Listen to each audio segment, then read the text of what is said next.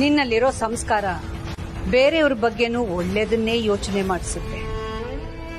ಆದ್ರೆ ಪ್ರೀತು, ನಿನ್ನ ಹೆಂಡತಿ ಬಗ್ಗೆ ಸ್ವಲ್ಪ ಯೋಚನೆ ಮಾಡಿ ನೋಡು.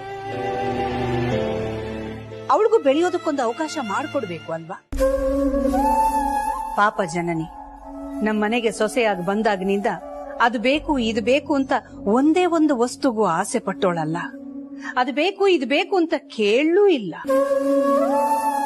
ಈಗ್ಲೂ ಕೂಡ ಬ್ರ್ಯಾಂಡ್ ಅಂಬಾಸಿಡರ್ ನನ್ನನ್ನು ಮಾಡಿ ಅಂತ ಅವಳು ಬಂದು ಕೇಳಲಿಲ್ಲ. ಆದ್ರೆ ಅವಳ ಮನಸ್ಸಿನಲ್ಲಿ ಅವರನ್ನ ಇವರನ್ನ ಎಲ್ಲ ಟ್ರೈ ಮಾಡ್ತಿದಾರಲ್ಲ, ನಾನ್ ಯಾಕೆ ಆಗ್ಬಾರ್ದು ಅನ್ನೋ ಒಂದು ಆಸೆ ಇದೆ. ಆ ವಿಚಾರ ಅವಳ ಮನಸ್ಸಿಗೆ ಬಂದಿದೆ. ಅದು ನನ್ನ ಗಮನಕ್ಕೂ ಬಂದಿದೆ. ಆದ್ರೆ ನನ್ನ ಸೊಸೆಯ ಒಂದು ಚಿಕ್ಕ ಆಸೆಯನ್ನ ನೆರವೇರಿಸೋ ಯೋಗ್ಯತೆ ನನ್ನಲ್ಲಿಲ್ವಾ? ಆ ರೀತಿಯೆಲ್ಲ ಮಾತಾಡ್ಬೇಡಿ ಮಾವು. ಮತ್ಯಾಕ್ ಹಠ? ಮೊದ್ಲು ನಿನ್ ಹೆಂಡತಿ ಬಗ್ಗೆ ಯೋಚನೆ ಮಾಡು, ಆಮೇಲೆ ಉಳಿದೋರ್ ಬಗ್ಗೆ ಯೋಚನೆ ಮಾಡೋವಿ ಅಂತೆ. ಅರ್ಥ ಆಯ್ತಾ? ಹೇಳು ಪ್ರೀತು, ನನ್ನ ನಿರ್ಧಾರಕ್ಕೆ ನಿನ್ನ ಒಪ್ಪಿಗೆ ಇದೆ ತಾನೆ? ಇದೆ ಮಾವು.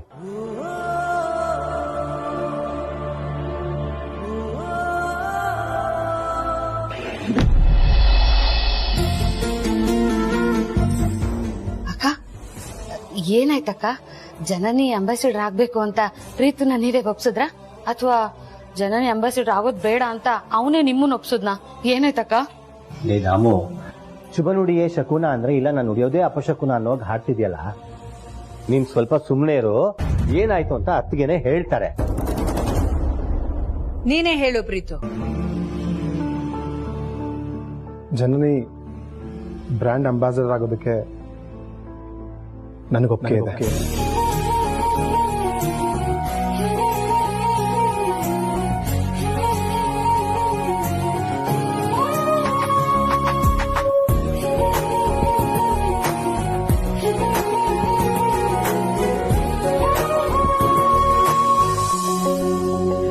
ಹಾರ್ಟಿ ಕಂಗ್ರ್ಯಾಚುಲೇಷನ್ಸ್ ಜನನಿ. ಬ್ರ್ಯಾಂಡ್ ಅಂಬಾಸಿಡರ್ ಆಗೋದು ಅಂತಂದ್ರೆ ಒಂದು ದೊಡ್ಡ ಜವಾಬ್ದಾರಿನ ಹೆಗಲ್ ಮೇಲೆ ಹೊತ್ಕೊಳ್ಳೋದು ಅಂತ. ನೀನ್ ಅದನ್ನ ಸಮರ್ಥವಾಗಿ ನಿಭಾಯಿಸ್ತೀಯ ಅನ್ನೋ ನಂಬಿಕೆ ನನಗಿದೆ.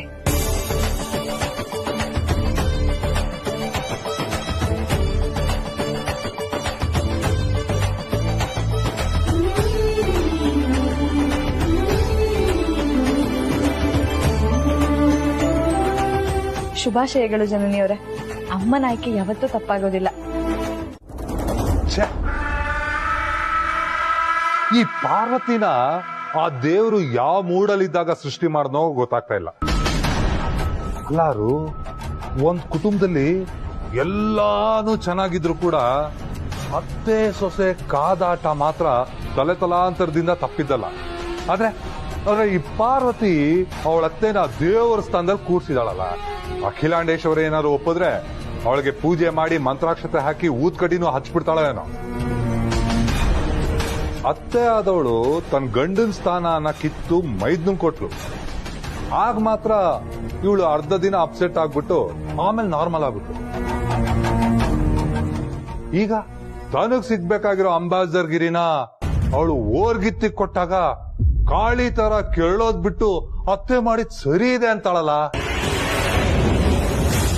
ಇವರು ಹೀಗೆ ಒಗ್ಗಟ್ಟಾಗಿದ್ರೆ ಇವ್ರು ಒಗ್ಗಟ್ಟನ್ನ ಮುರಿಯೋದು ತುಂಬಾನೇ ಕಷ್ಟ. ಆಗತ್ತೆ.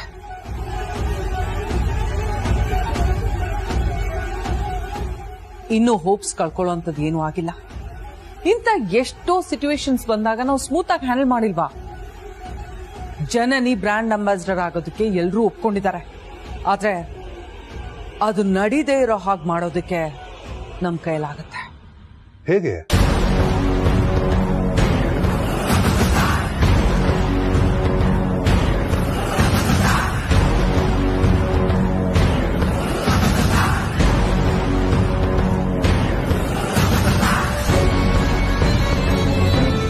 ವಾಹ್, ಸೂಪರ್. ಮತ್ತೆ ಜನನಿ ಮತ್ತೆ ಪಾರ್ವತಿ ಮಧ್ಯೆ ಬೆಂಕಿ ಹತ್ಕೊಳ್ಳುತ್ತೆ. ಅರಸನಕೋಟೆ ಪತನ ಮತ್ತೆ ಶುರು ಆಗತ್ತೆ. ರೈಟ್? ಅಕ್ಕ ಸ್ವಿಚ್ ಆಫ್ ಅಂತ ಬರ್ತಾ ಇದೆ. ದಾಮಿನಿ, ಎಲ್ಲ ಅರೇಂಜ್ಮೆಂಟ್ಸ್ ಜಯ ನೋಡ್ಕೋತೀನಿ ಅಂತ ಹೇಳಿದ್ಲು ತಾನೆ. ಮೇಕ್ ಓವರ್ನ ನಾನೇ ಕರ್ಕೊಂಡ್ ಬರ್ತೀನಿ ಅಂತೆಲ್ಲ ಹೇಳ್ದೆ. ಒಂದ್ ಜವಾಬ್ದಾರಿ ಹೊತ್ಕೊಂಡ್ಮೇಲೆ ಸರಿಯಾಗಿ ನಿರ್ವಹಿಸ್ಬೇಕು. ಇಲ್ಲ ಅಂತಂದ್ರೆ ಜವಾಬ್ದಾರಿ ಹೊತ್ಕೊಳಕ್ಕೆ ಹೋಗ್ಬಾರ್ದು.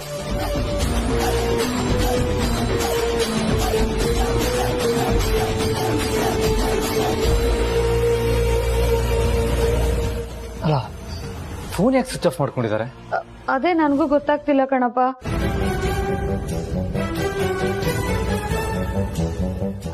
ಆವಾಗ್ಲೇ ಮಾಡ್ದೆ, ಬಿಸಿ ಅಂತ ಬಂತು. ಈಗ ಫೋನ್ ಮಾಡಿದ್ರೆ ಸ್ವಿಚ್ ಆಫ್ ಅಂತ ಬರ್ತಾ ಇದೆ.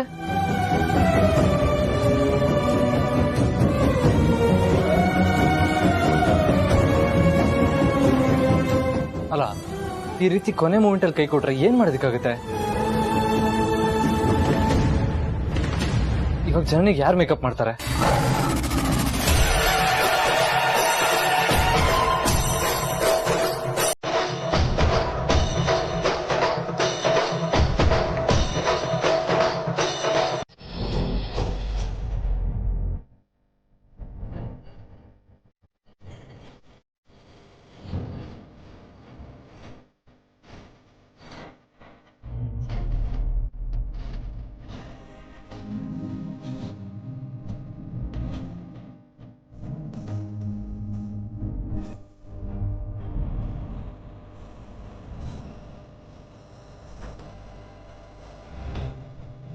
ಆಶೀರ್ವಾದ ಮಾಡಿದ್ದೆ.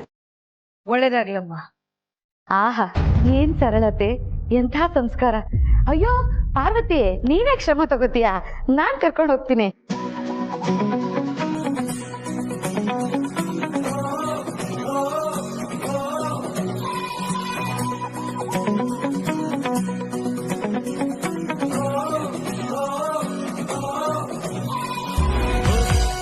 ಅದಕ್ಕೆ ತುಂಬಾ ಚೆನ್ನಾಗಿ ಮೇಕಪ್ ಮಾಡಿದ್ದೀರಾ.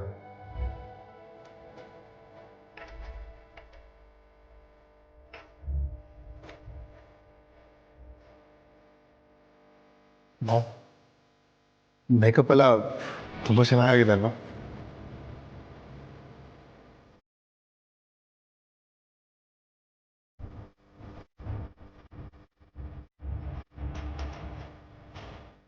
ಹೌದು, ಪ್ರೊಫೆಷನಲ್ಸ್ ಮಾಡಿದ ಹಾಗೆ ಇದೆ. Very good.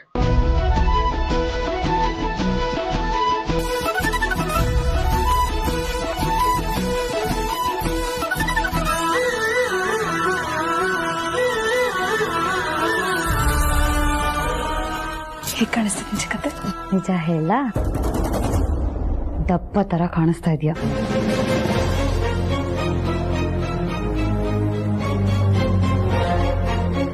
ಬೇಜಾರು ಮಾಡ್ಕೋಬೇಡಮ್ಮ. ತುಂಬಾ ಓವರ್ ಮೇಕಪ್ ಆಯ್ತು ಅಂತ ಅನಿಸ್ತಾ ಇದೆ. ಅವಳು ಬೇಕು ಅಂತಾನೆ ಮೇಕಪ್ನ ಕೆಡ್ಸಿದಾಳೆ ಅಂತ ಅನಿಸ್ತಾ ಇದೆ.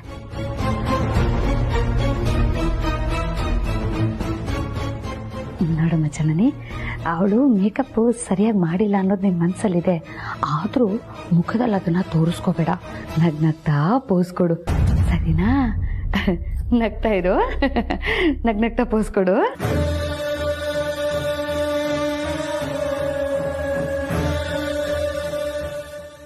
ರಾಮು, ಟೈಮ್ ಆಗ್ತಾ ಇದೆ. ಬಾರು ಚೆನ್ನಾಗಿ ರೆಡಿ ಮಾಡ್ಕೊಂಡ್ ಬಂದಿದ್ದಾಳಲ್ಲ, ನೀನೇನು ಅದನ್ನ ಕಲೆಕ್ಷನ್ ಮಾಡ್ತಿದ್ಯಾ? ಬಾ. ಬಂದೇ ಇರ್ರಿ.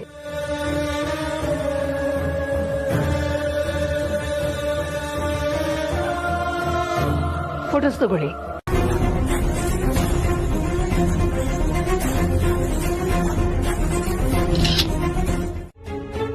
ನಿನಗೆ ಈ ರೀತಿ ಅನ್ಯಾಯ ಆಗತ್ತೆ ಅಂತ ನಾನು ಅಂದ್ಕೊಂಡೇ ಇರ್ಲಿಲ್ಲ ಕಣಮ್ಮ. ಅಲ್ಲ, ಒಳ್ಳೆಯವ್ರಿಗೆ ಕಾಲ ಇಲ್ಲ ಅನ್ನೋದನ್ನ ಆ ದೇವ್ರ ಇವತ್ತು ನಿನ್ನ ವಿಷಯದಲ್ಲಿ ಪ್ರೂವ್ ಮಾಡ್ಬಿಟ್ಟ. ಆ ದೇವ್ರನ್ನ ಯಾಕೆ ದೂಷಿಸ್ತೀರಾ ಚಿಕ್ಕತ್ತೆ? ಹಣೆ ಬರಕ್ ಹೊಣೆ ಯಾರು ಅನ್ನೋ ಹಾಗೆ ನಾನ್ ಪಡ್ಕೊಂಡ್ ಬಂದಿದ್ದು ಇಷ್ಟೇ ಅನ್ಸುತ್ತೆ. ಅದೇ ನಿನ್ ತಪ್ಪು ತಿಳುವಳಿಕೆ ಜನನಿ.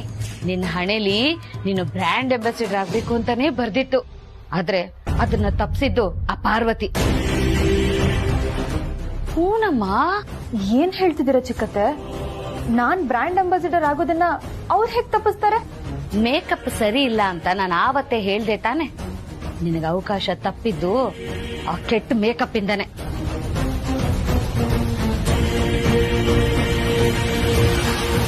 ಇಷ್ಟು ಅಂದವಾದ ಮುಖನ ಯಾರು ಒಪ್ಕೊಳ್ಳಲ್ಲ ಹೇಳು?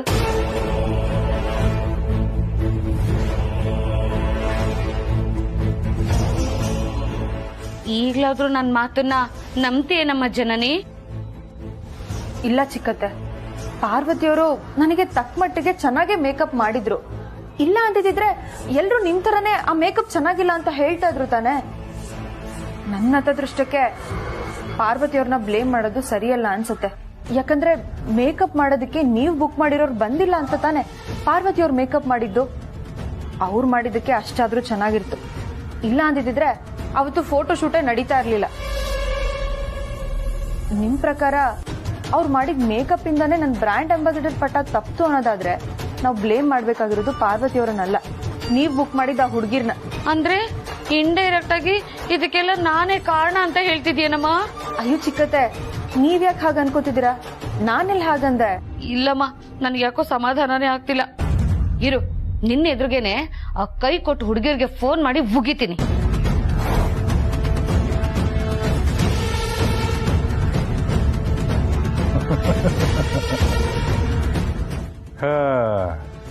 ಹಾಗೆ ನನ್ ಗೆಸ್ಸು ಕರೆಕ್ಟ್ ತಾನೆ? ಸೂಪರ್. ತಗೊಳ್ಳೋ 10,000 ರೂಪಾಯಿಗೆ ಜಾಸ್ತಿನೇ ಕೆಲಸ ಮಾಡ್ತಿದ್ದಾಳೆ.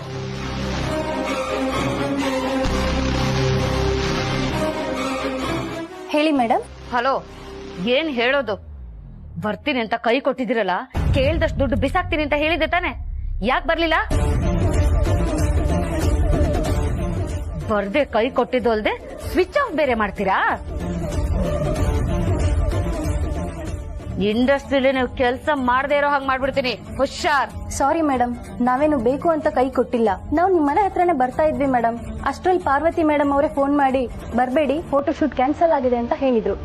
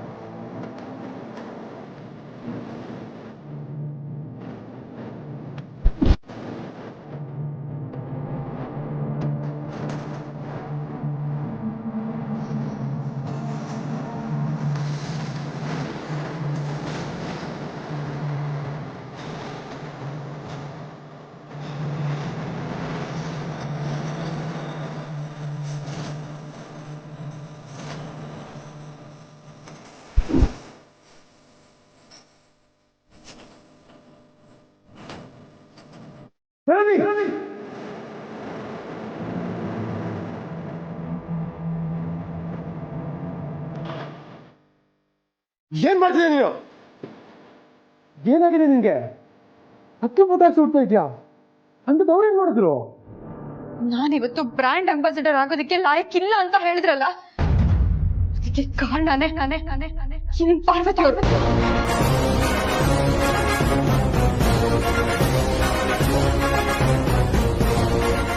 ಏನ್ ಹೇಳ್ತಿದೆ ಜನನಿ? ಅದಕ್ಕೆ ಕಾರಣ ಆಗ್ತಾರೆ? ಹೌದು, ನಿಜಾನೇ ಹೇಳ್ತಾ ಇದ್ದೀನಿ. ಬೇಕು ಅಂತ ನನ್ ಮೇಕಪ್ ನ ಹಾಳು ಮಾಡಿದ್ದಾರೆ. ನಾನು ಅವರಷ್ಟೇ ಕೆಟ್ಟವಳಾಗಿದ್ದಿದ್ರೆ ಅವ್ರನ್ನ ಸಾಯಿಸ್ಬಿಡ್ತಿದ್ದೆ.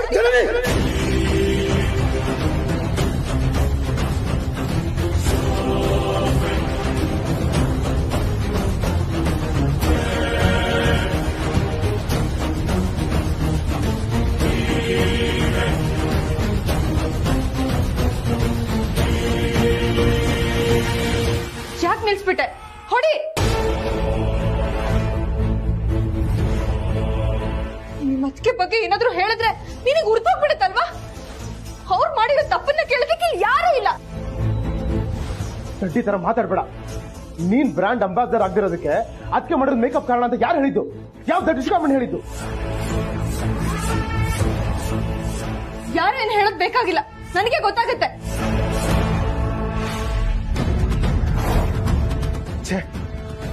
ನನ್ನ ಪ್ರೀತಿ ಮದುವೆ ಆಗಿದ್ದು ನಿನ್ನಿಂದ ಅಂತ ನನಗೆ ಅನಿಸ್ತಾ ಇದೆ. ನೀನು ಬ್ರ್ಯಾಂಡ್ ಅಂಬಾಸಿಡರ್ ಆಗಿ ಸೆಲೆಕ್ಟ್ ಆಗ್ತೀಯ ಅಂತ ನನಗೆ ನಂಬಿಕೆ ಇರಲಿಲ್ಲ. ಆ ನಂಬಿಕೆ ಇದ್ದಿದ್ದು ಒಬ್ಬರಿಗೆ ಮಾತ್ರ, ಅದು ಅದಕ್ಕೆ ಅವರು ನಿನ್ ಫೇವ್ರೆಟ್ ಕೇಕ್ ತರಿಸಿ ನಿನಗೆ ವಿಶ್ ಮಾಡಿ ಸೆಲೆಬ್ರೇಟ್ ಮಾಡಿದ್ದು. ನೀನ್ ಮೇಕಪ್ ಮಾಡೋಕ್ ಬಂದಿಲ್ಲ ಅಂದ ತಕ್ಷಣ ಅವರೇ ನಿಂತು ಮೇಕಪ್ ಮಾಡಿ ನಿಮ್ ಮುಖದಲ್ಲಿ ನಗು ತಂದ್ರು. ಈಗ ನಿಮ್ಮ ಸೋಲಿಗೆ ಅಷ್ಟೇ ಕಾರಣ ಅಂತ ಹೇಳ್ತಿದ್ಯಲ್ಲ. ಜನನಿ ಶಾಪಿಂಗ್ ಎಲ್ಲ ಚೆನ್ನಾಗಾಯ್ತೇನಮ್ಮ? ಆಯ್ತು ಚಿಕ್ಕತ್ತೆ. ಸೂಪರ್. ತಗೊಳ್ಳಿ, ಇದು ನನ್ ಕಡೆಯಿಂದ ನಿಮಗೆ. ಇದು ನನಗ ಗಿಫ್ಟ್.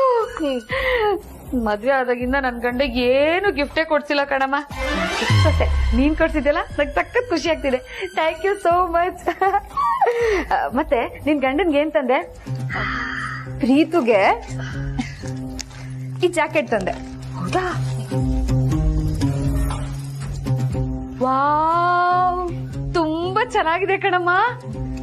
ಕಲರು ಸಖತ್ತಾಗಿದೆ, ಬಟ್ಟೆನೂ ಚೆನ್ನಾಗಿದೆ. ಪ್ರೀತು, ನಿನ್ಗೋಸ್ಕರ ಅಂತ ಈ ಜಾಕೆಟ್ ತಂದಿದ್ದೀನಿ, ನೋಡು ಹೇಗಿದೆ.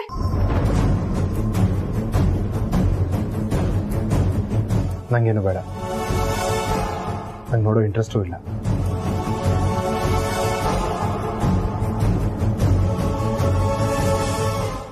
ಜನನಿ, ನೀನೇನು ಬೇಜಾರು ಮಾಡ್ಕೋಬೇಡ. ಏನೋ ಟೆನ್ಷನ್ ಅಲ್ಲಿ ಇದ್ದಾನೆ ಅಂತ ಅನ್ಸುತ್ತೆ. ಗಂಡ ಹೆಂಡತಿ ಜಗಳ ಉಂಡು ಮಲ್ಗೋ ತನಕ ಅಂತಾರೆ. ಇವತ್ತು ನೀನು ಅವನಿಗೆ ಊಟ ಮಾಡಿಸು. ರಾತ್ರಿ ಮಲಗಿದ್ದಾಗ ನಿಧಾನಕ್ಕೆ ಅವನ ಹತ್ರ ಸಾರಿ ಅಂತ ಹೇಳಿ ಅವನ ಮನಸ್ಸನ್ನ ಹೋಲಿಸ್ಬಿಡು, ಸರಿನಾ?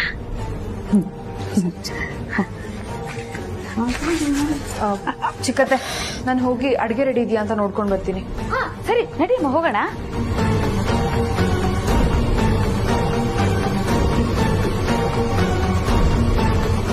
ಹಲೋ, ಅವ್ರ ಟೀಮಿಂದ ಸೀನಿಯರ್ ಮಾತಾಡ್ತಾ ಇರೋದು. ಓ, ಹೇಳಿ sir. Senior sir. Good madam, ನಾವ್ ಹೇಳಿದ್ದನ್ನ ತುಂಬಾ ಅಚ್ಚುಕಟ್ಟಾಗಿ ಮಾಡ್ತಿದ್ದೀರಾ. Thank you so much sir. ಇದೇ ಖುಷಿಗೆ ಸ್ವಲ್ಪ ಪೇಮೆಂಟ್ ಜಾಸ್ತಿ ಮಾಡಿದ್ರೆ ಇನ್ನೂ ಖುಷಿ ಆಗುತ್ತೆ ಸರ್. ಮೇಡಮ್, ಆಸೆಯೇ ದುಃಖಕ್ಕೆ ಮೂಲ, ದುರಾಸೆ ಶೂಲಕ್ಕೆ ಮೂಲ ಮೇಡಮ್. ಆಯ್ತು ಬಿಡಿ ಸರ್, ಹೇಳಲ್ಲ. ವಿಷಯ ಏನು ಅಂತ ಹೇಳಿ ಸರ್. ಈಗ ನೀವಿರೋ ಸ್ಟೇಜ್ ಇಂದ ಇನ್ನು ಮೇಲ್ ಹೋಗ್ಬೇಕಲ್ಲ. ಆಯ್ತು, ಹೋಗ್ಸಿ. ಇಷ್ಟು ದಿನ ನಿಮ್ ಮನೇಲಿ ನಡೆಯೋ ಘಟನೆಗಳು ನೀವು ಬರೆಯೋ ಡೈರಿ ಮುಖಾಂತರ ನಮ್ಗೆ ಗೊತ್ತಾಗ್ತಾ ಇತ್ತು. ಆದ್ರೆ ನಾವು ಕೊಡೋ ನೆಕ್ಸ್ಟ್ ಟಾಸ್ಕ್ ಬೇರೆ ರೇಂಜ್ ಅಲ್ಲೇ ಇದೆ ಮೇಡಮ್. ಯಾಕೆ ಅಂತ ನೀವು ಕೇಳಬಾರ್ದು. ರಿಸಲ್ಟ್ ಬಂದ್ಮೇಲೆ ಇನ್ಕ್ರಿಮೆಂಟ್ ತಾನಾಗೆ ಆಗತ್ತೆ. ಹಾಗಾದ್ರೆ ಏನ್ ಬೇಕಾದ್ರೂ ಮಾಡುತ್ತೆ ಸರ್ ಈ ಜೀವ. ಸದ್ಯಕ್ಕೆ ಜನನಿ ಫೋನ್ ಇಂದ ನಾವ್ ಹೇಳ್ದಾಗೆ ಮೆಸೇಜ್. ಅಷ್ಟೇನಾ? ಏನು ಅಂತ, ಯಾರಿಗೆ ಕಳಿಸ್ಬೇಕು ಅಂತ ನೀವು ನೀಟಾಗಿ ಟೈಪ್ ಮಾಡಿ ಕಳಿಸ್ಬಿಡಿ ಸರ್, ನಾನು ಕಳಿಸ್ಬಿಡ್ತೀನಿ. ಮೇಡಮ್, ನೆನ್ಪಿರ್ಲಿ, ಕಳಿಸ್ಬೇಕಾಗಿರೋದು normal text message. Okay sir, ನೀವು ಹೇಗೆ ಹೇಳ್ತಿರೋ ಹಾಗೆ.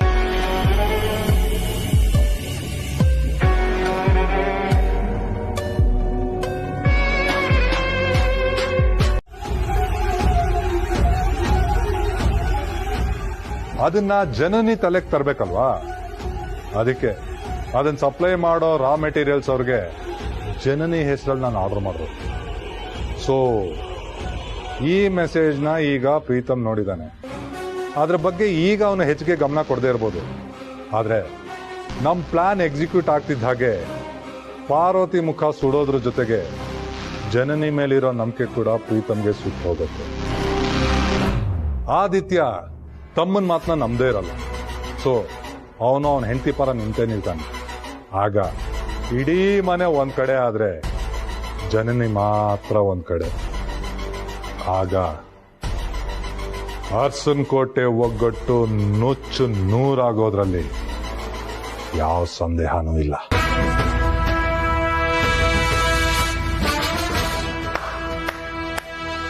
ಸೂಪರ್, ಪರ್ಫೆಕ್ಟ್ ಪ್ಲಾನಿಂಗ್ ಅಣ್ಣ.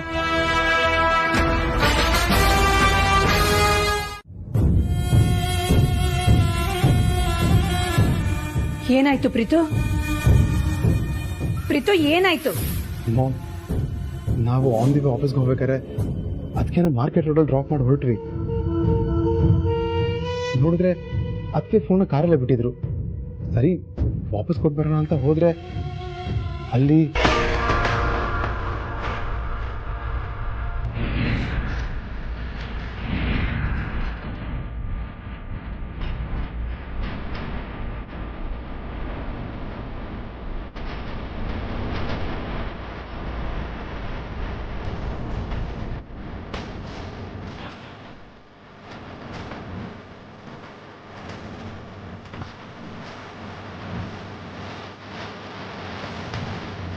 ನಿಜವಾಗ್ಲೂ ಇವಳ ಮೇಲೆ ಅಟ್ಯಾಕ್ ಆಗಿದ್ಯಾ?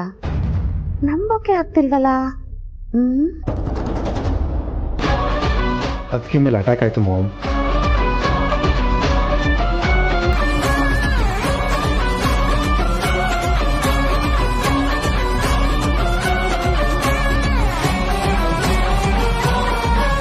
ಅದೇ ಶಾಕಲ್ಲಿ ಇದ್ರು, ಅದಕ್ಕೆ ಮನೆ ಕರ್ಕೊಂಡ್ ಬಂದೆ. ಏನು ಪಾರ್ವತಿ ಅವ್ರ ಮೇಲೆ ಅಟ್ಯಾಕ್ ಆಯ್ತಾ? ಹೇಗೆ? ಯಾರು ಮಾಡಿದ್ದು?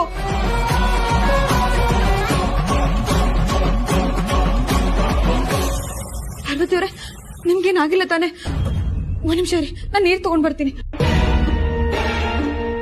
ಅಯ್ಯೋಯ್ಯೋ, ನಿನ್ನೆವರೆಗೂ ಅಷ್ಟು ಕಷ್ಟಪಟ್ಟು ಈ ಜನನಿಗೆ ಬ್ರೈನ್ ವಾಶ್ ಮಾಡಿದ್ದೀನಿ. ಈಗ ಇವಳು ಟುಸುಕ್ ಅಂತ ಕರಗಿ ಬದಲಾಗೋ ತರ ಕಾಣ್ತಿದ್ದಾಳಲ್ಲಪ್ಪ.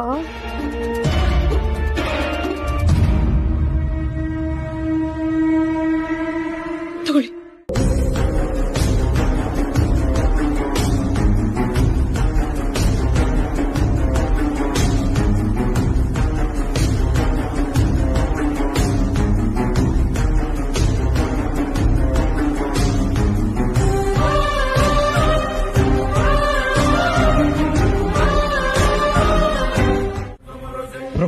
ಸಿಕ್ಕದ್ ಅವನು ಇಲ್ಲ ಪ್ರೀತು, ತಪ್ಪಿಸ್ಕೊಂಡ.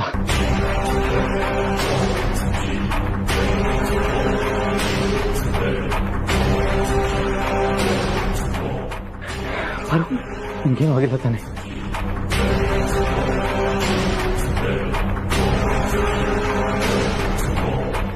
ಅಲ್ಲ, ಪಾರ್ವತಿ ಮೇಲೆ ಯಾರಿಗೇನ್ ದ್ವೇಷ ಇದೆ? ಇವಳ ಮೇಲೆ ಯಾಕೆ ಅಟ್ಯಾಕ್ ಮಾಡಕ್ ಬಂದಿದ್ರು? ಯಾರಿರ್ಬೋದು?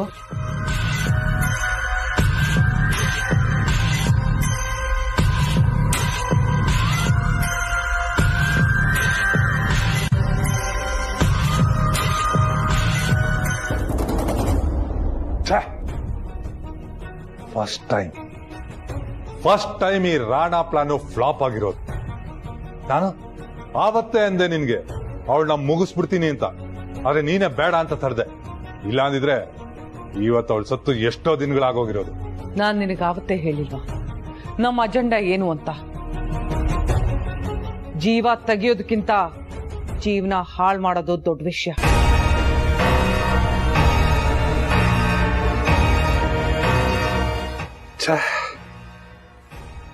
ಪಾರ್ವತಿ ಮುಖಾನ ವಿಕಾರ ಮಾಡಿ ಅದನ್ನ ಜನನಿ ಕುತ್ತಿಗೆ ಕಟ್ಟಿ ಪಾರ್ವತಿ ಫೋಟೋನ ಸುಟ್ಟಾಕೋದವಳು ಪಾರ್ವತಿ ಮುಖಾನೇ ಸುಟ್ಟಾಕ್ಬಿಟ್ಲು ಅಂತ ಅವಳ ಗಂಡನ್ ನಂಬಿಸ್ಬೇಕು. ಅವಳ ಗಂಡ ನಂಬುದ್ರೆ ಇಡೀ ಮನೆಯವ್ರು ನಂಬ್ತಾರೆ. ಆವಾಗ ಜನನಿ ಮೇಲೆ ಇರೋ ನಂಬಿಕೆ ಹೊಟ್ಟೋಗತ್ತೆ. ಅಲ್ಲಿಂದ ಮನೆ ಹೊಡಿಯೋದಕ್ ಶುರುವಾಗತ್ತೆ ಅಂತೆಲ್ಲಾನು ಅನ್ಕೊಂಡಿದ್ದೆ. ಆದ್ರೆ ಈ ಒಂದು ಘಟನೆ ನಾನು ಅನ್ಕೊಂಡಿದ್ದಕ್ಕೆಲ್ಲಾನು ಎಳ್ಳು ನೀರು ಬಿಟ್ಟಂಗಾಗೋಯ್ತು. ಅಣ್ಣ, ಒಂದೇ ಹೇಟಿಗೆ ಹಣ್ಣು ಬೀಳಲಿಲ್ಲ ಅಂದ್ರೆ ಇಟ್ಸ್ ಓಕೆ, ಮತ್ತೆ ಮತ್ತೆ ಪ್ರಯತ್ನ ಪಡಬೇಕು. ಮುಂದೆ ಏನ್ ಮಾಡಬೇಕು ಅಂತ ಯೋಚನೆ ಮಾಡೋ.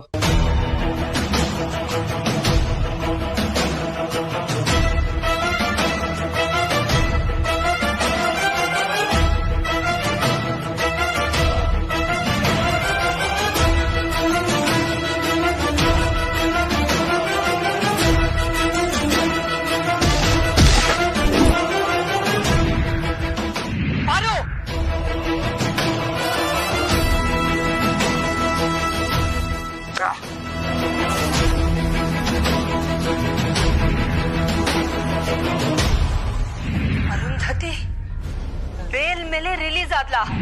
ರಾಣಾನ ಅಂದ್ರೆ ಅವಳ ಅಣ್ಣ.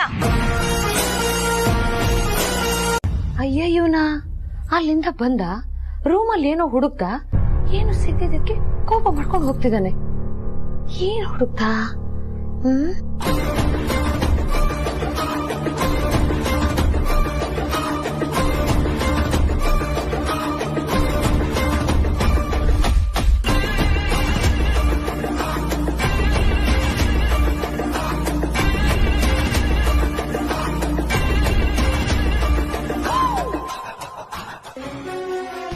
ಅರೋ, ನೀನ್ ಹೇಳಿದ್ದೆ ಕರೆಕ್ಟ್. ಹಿಂದೆ ಹೀಗೆಲ್ಲ ಆಗೋಯ್ತಲ್ಲ ಅಂತ ತಲೆ ಕೆಡಿಸ್ಕೊಳ್ಳೋದ್ರ ಬದಲು ಮುಂದೆ ಏನಾಗಬೇಕು ಅನ್ನೋದ್ರ ಬಗ್ಗೆ ತಲೆ ಉಪಯೋಗಿಸ್ಬೇಕು. ಹಾಗಾದ್ರೆ ನಿನ್ನ ಮುಂದಿನ ಸ್ಟೆಪ್ ಏನು? ಪಾರ್ವತಿ ಮಿಸ್ ಆದ್ಲು, ಆದ್ರೆ ಆಟ ಇನ್ನೂ ಮುಗ್ದಿಲ್ಲ.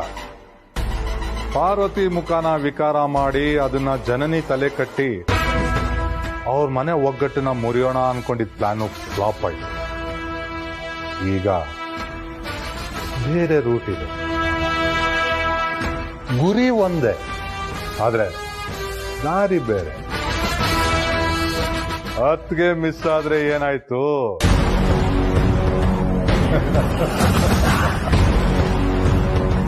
ಮೈದ್ನ ಇದಾನಲ್ಲ,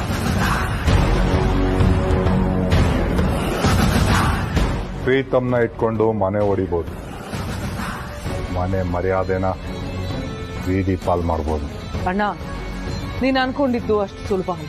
ಯಾಕಂದ್ರೆ ಪ್ರೀತು ಪೊರ್ಕಿನೂ ಅಲ್ಲ, ಯಾವ ದುಶ್ಚಟನೂ ಇಲ್ಲ. ಅಮ್ಮನ ಮುದ್ದಿನ ಮಗ, ಅಣ್ಣನ ಪ್ರೀತಿಯ ತಮ್ಮ. ಅದ್ಕೇನ ತಾಯಿ ತರ ಗೌರವಿಸೋ ಮೈದ್ನ. ಅದೇ ಅತ್ಗೆ ಮೇಲೆ ತನ್ನ ಹೆಂಡತಿನೇ ಅಟ್ಯಾಕ್ ಮಾಡಿದ್ದು ಅಂತ ನಂಬ್ಕೊಂಡ್ರೋ ದಡ್ಡ ಅವನು.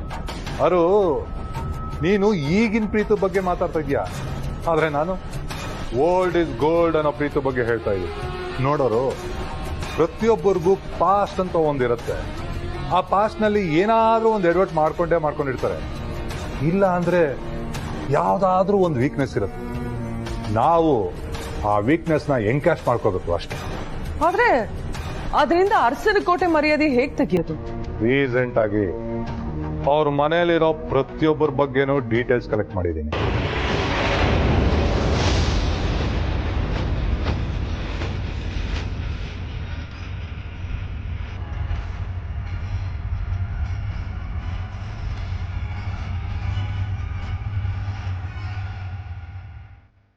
ಅದು ಸಾಮಾನ್ಯವಾಗಿ ಗಂಡಸರು ಡಿಸ್ಟರ್ಬ್ ಆದ್ರೆ ಅವ್ರು ಹೋಗೋದು ಒಂದೇ ಜಾಗಕ್ಕೆ. ಪ್ರೀತು ಕೂಡ ಅಲ್ಲೇ ಹೋಗಿರ್ತಾನೆ. ಅವನನ್ನ ಅಲ್ಲಿ ಹೇಗೆ ಟ್ಯಾಕಲ್ ಮಾಡಬೇಕು ಅನ್ನೋದು ನನಗೆ ಗೊತ್ತಿದೆ.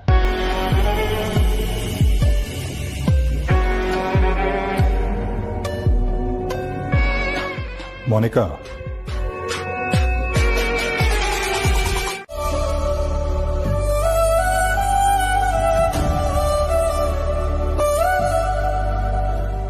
ಪಾರು, ಹೆದರ್ಕೋಬೇಡ, ನಾನಿದ್ದೀನಲ್ವಾ.